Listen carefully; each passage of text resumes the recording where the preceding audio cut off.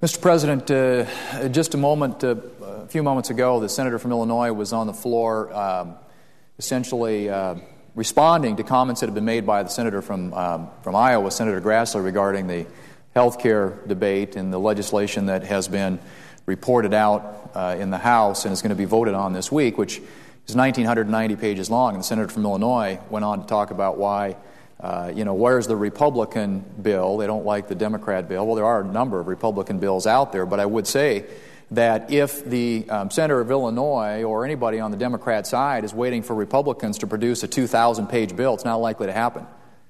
We don't believe that legislating with 2,000-page bills makes a lot of sense. You're talking about 1/6 of the American economy, and we believe it makes a lot more sense to approach that in a way that fixes and addresses the problems that exist with the healthcare economy in this country today in a step-by-step way, not with a huge, massive expansion of the federal government in Washington, D.C. You know, the bill that came out of the House last week, at least according to the CBO, is a $1 trillion increase in spending. But that's before the thing is fully implemented. And what's fully implemented is going to be $2 trillion in additional spending, a massive expansion of the federal government here in Washington, D.C., massive tax increases on small businesses and working families in this country, massive cuts to Medicare programs that seniors across this country rely and depend upon. Not to mention, if those cuts in Medicare don't happen, and we have reason to believe based on historical patterns that won't happen, then it probably gets borrowed. And we add another more trillions of dollars to the federal debt, which is already growing at $1 trillion a year, every year for the next 10 years. And so you've got a massive expansion of government, $2 trillion expansion of government, massive tax increases, massive cuts to Medicare, and perhaps massive borrowing in additions to the federal debt. That's what happens with a 2,000-page bill, which is being proposed by the Democrat leadership in the House of Representatives. So, if the senator from Illinois or anybody on the other side is waiting for Republicans to produce a 2,000-page bill that expands the government by $2 trillion and raises taxes on small businesses, the economic engine of our economy that will create the jobs and get us back onto a pathway of recovery, I would suggest that you're going to be waiting a very long time. Now, that isn't to say for a minute that there aren't lots of good ideas out there that Republicans are putting forward that will help drive the cost of health care down in this country, contrary to the big government schemes that have been put forward by the other side, which in addition to raising taxes, raising spending, cutting Medicare, raising borrowing, also, believe this, increase the cost of health care by raising premiums for everybody in this country who have health insurance currently. And so the 2,000-page bill isn't coming from us. Now, we've got a lot of great ideas that we will have an opportunity, I think, to debate and amendments that we will offer if and when we get on this bill. But the 2,000-page bill, the massive expansion of federal government here in Washington, D.C., is not the way that we believe we fix and address the health care economy in this country. Now, that brings me to my point, because in a contrast to a 1,990-page bill to call it reform, doesn't reform, but certainly wrecks 1/6 of the American economy, I have a simple one-page amendment. It's 4 lines long. I would like to have the opportunity to offer it to the underlying legislation that's a matter of debate today. That's the unemployment insurance extension, which I think most people on both sides of this aisle support. I think both Republicans and Democrats here in the United States Senate believe that it makes sense for us to extend unemployment benefit coverage to people who are losing it, and the underlying bill would do that by 14 weeks. We also believe, however, that this is the United States Senate, and when a bill comes before the United States Senate, typically what happens under the historical practices of the Senate is it's open to amendment. That's what makes the Senate very different from the House of Representatives. Our founders, in their infinite wisdom, conceived of 2 institutions. 1, the House of Representatives. 2, the United States Senate. The United States Senate has a more deliberative role, and in doing so, allows for open consideration and debate and votes on amendments. Well, what has happened here today is the majority leader has decided to fill the tree. In other words, not to allow votes on any amendment. So my one-page amendment, which is very simple and straightforward, isn't going to get voted on. And all it does is it ends December 31st of this year, the TARP program. If Congress doesn't take action, the Treasury Secretary can extend the TARP program. Now, what's important to note about that is the TARP program has about over $200 billion that hasn't been spent, and with payments that have come back in to that fund, over $300 billion in funds that are unexpended. Now, if we don't spend those and it doesn't become a political slush fund to be spent on other priorities that the federal government here in Washington comes up with, that goes to pay down the federal debt.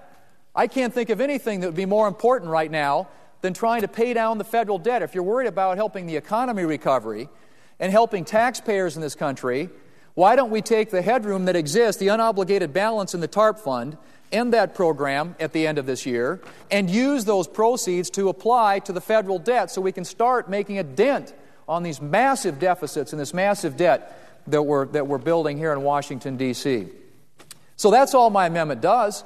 It just ends the TARP program at the end of the year. And I think it's significant since Congress created the TARP program. The TARP program was a creation of the Congress, that Congress ought to have a say in whether or not it gets extended. And if we're going to have that say, it has to happen between now and the end of the year. Now, I couldn't find many opportunities between now and the end of the year to get this amendment offered. So we had a piece of legislation moving through the Senate. The natural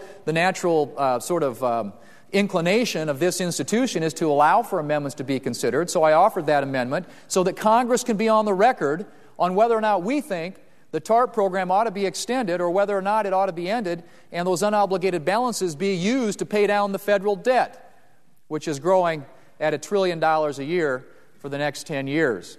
So I think it's a very straightforward, simple amendment, simple enough that can be put on one page. It doesn't take 1,990 pages to explain this. That's all it does, Mr. President. I think it's important to the taxpayers of this country that we have this vote, that the United States Senate be on the record, that we be heard with respect to whether or not we think the TARP program ought to be extended or not, since Congress created the TARP program a year ago to bring stabilization to our financial services industry in this country. That having been accomplished, it seems to me at least, that the next step ought to be, let's focus on getting this federal debt under control. Let's start paying down the debt, and we do that by taking those unexpended balances and the unobligated balances in the trust fund or the TARP fund and put those toward the federal debt.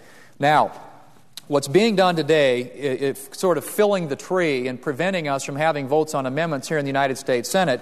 It's been done before. It's not like this is entirely new. But it's important to bear in mind what my colleagues on the other side have said in the past when it was done back when the Republicans were in charge of the United States Senate. I want to quote for you what some of the Democrats who are in the leadership position in the United States Senate today said back then. This is in February of 2006. This is a very bad practice. It runs against the basic nature of the Senate. Senator Harry Reid. This is a bad way, in my opinion, to run the Senate. Harry Reid in March of 2006. I have a right under the procedures of the Senate to offer this amendment. I should have the right to offer it at any moment, but I am not because there is, I guess, the word obstruction to be used. Obstruction at the moment is the tree is filled so that no one can offer an amendment. That was Senator Byron Dorgan back in February of 2006. If you don't want to cast controversial votes, don't run for the Senate. That is what this is all about. You have to face the music and face the voters. That was the senator from Illinois, Dick Durbin, back in May of 2006. Those are just a few examples of what my colleagues on the other side have said about the very practice that's being employed by their leader today to prevent Republicans from offering amendments. Those are statements, as I said, made by members of the now majority back when they were in the minority. So we're going to have a cloture vote at 5 o'clock here in a few minutes on whether or not to proceed to this substitute that's pending before us, and whether or not we're going to allow this practice of filling the amendment tree to be used to prevent not only members on the Republican side but members on the Democrat side from offering amendments. Filling the tree is, as I said, is not without precedent, has been done, but it's been used rarely, historically, up until now. This is the 22nd, this will mark the 22nd time that the Democrat leader has filled the amendment tree in an effort to prevent an open and fair debate and a vote on amendments that are offered by the United States Senate.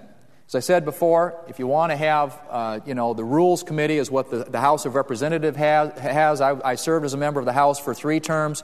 The Rules Committee regulates what legislation comes to the floor, what amendments are made in order, how much time is allocated to debate on each amendment. It's a very orderly process. That's the way that the House was designed by our founders. The Senate is a very different institution.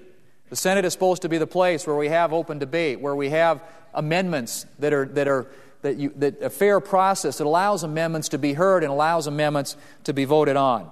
I think we've been very reasonable in seeking to offer amendments to the underlying unemployment insurance bill. But as I said, Mr. President, the majority leader has chosen to, quote, fill the amendment tree and thereby prevent those amendments from being offered, those amendments from being debated, and those amendments from being voted on.